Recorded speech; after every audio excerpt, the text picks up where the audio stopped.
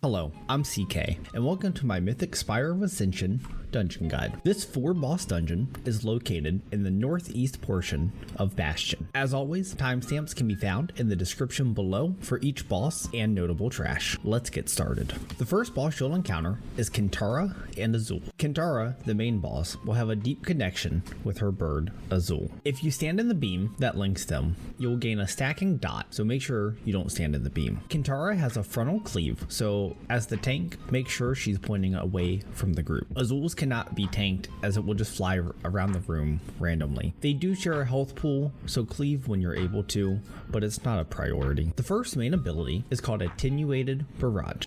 These will fly out in front of Azul, so make sure you're standing behind them or be prepared to dodge the 3 missiles. The next main ability is called Charged Spear. Kintara will fly up into the air and aim a charged spear at a player.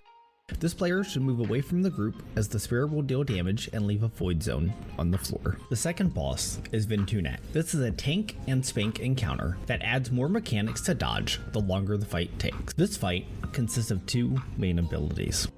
First is Dark Stride. When cast, Ventunax will drop a Shadow Whirl at his current location and apply a bleed to a random player. Shadow Whirls will periodically fire out dark bolts with a direction rotating anti-clockwise. Getting hit by a dark bolt will cause you to take damage and be knocked up into the air, so make sure to dodge these. As more Shadow Whirls are spawned, these become harder and harder to dodge as the fight goes on. Just make sure you move the boss away from them so you have more time to dodge projectiles. Next, when Ventunax runs out of energy, he will cast Recharge. This makes all Shadow Whirls fire 9 bolts at the same time. Finally, he has a frontal cone that should be dodged by all players. The third boss is Oryphrion, who has 3 main abilities. The first and most important is Imperial Ordnance. This will mark all players in the party with a blue arrow, and after a few seconds, the area around each player will be marked with a gray circle for bombardment. The bombardment will land a few seconds later and cover the area in an anima field. When these marks go out, you'll want to group up on the tank and then be prepared to move the boss as soon as the area gets marked for bombardment, as keeping the boss in the anima field will increase his damage.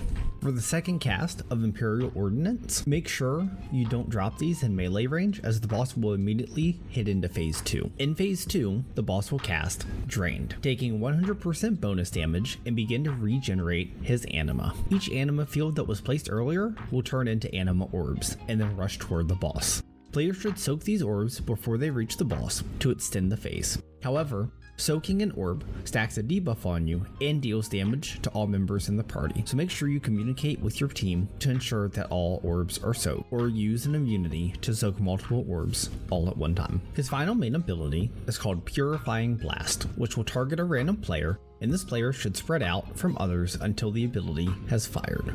Finally, he will cast Charge Stomp on the tank and any nearby players, which applies a dot and slows the target. This simply needs to be dispelled. The final boss is Devos. This is a 2-phase fight. In phase 1, she will debuff 2 players with lost confidence, which should be dispelled. When dispelled, it will drop a pool on the floor, so whoever it's on, try to drop these towards the edge of the room. Another main ability in phase 1 is called Run Through. She will charge directly ahead of her in a straight line, dealing damage to anyone it hits, so just make sure you're out of the way. The final and most important mechanic in this phase is Abyssal Detonation. To dodge this mechanic, you want to stand in the large bubble called Archon's Bastion that is placed down. If you don't stand in the bubble, you will die. Abyssal Detonation will spawn an orb somewhere in the room that will slowly float up. Once it reaches the max height, it will then drop back down to the ground, exploding upon contact. Please note that if you phase the boss quicker than when the orb can explode, it will automatically detonate once she phases,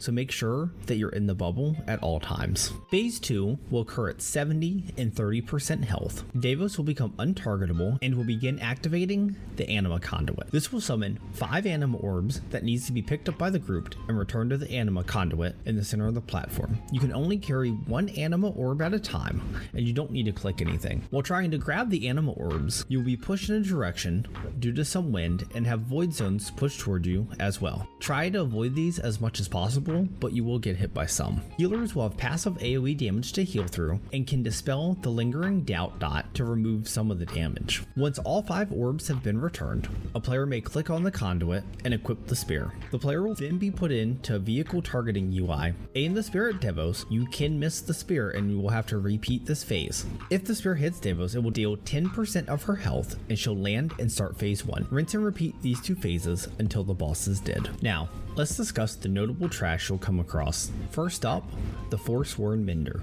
These will cast Forsworn Doctrine and heal a target by 10% health per second. This needs to be interrupted. Second, Forsworn Castigator, who will cast Burden of Knowledge, dealing a high amount of damage to a random player and leaving a dot. Once again, this can also be interrupted. Finally, Forsworn Goliath will cast Rebellious Fist, which is a large AoE within 30 yards. This can be interrupted, or the mob can be stunned to interrupt the cast. Once it is out of anima, it will try to recharge anima, putting up a shield, stopping the cast when the shield is broken. The next notable trash mob you'll encounter is the Forsworn Squad Leader, which should be focused down as they reduce the damage of other nearby mobs by 75% through their Inspiring Presence buff. There are also Ether Divers normally with these groups, which have very low health but have a very deadly poison debuff, so make sure you AoE these down quickly.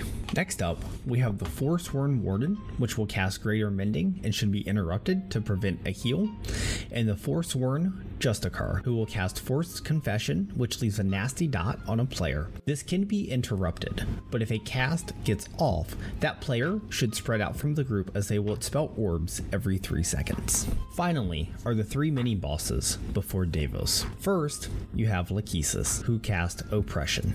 Oppression will periodically increase the damage that all nearby enemies take. Second is Klotos, who has Aura of Intimidation.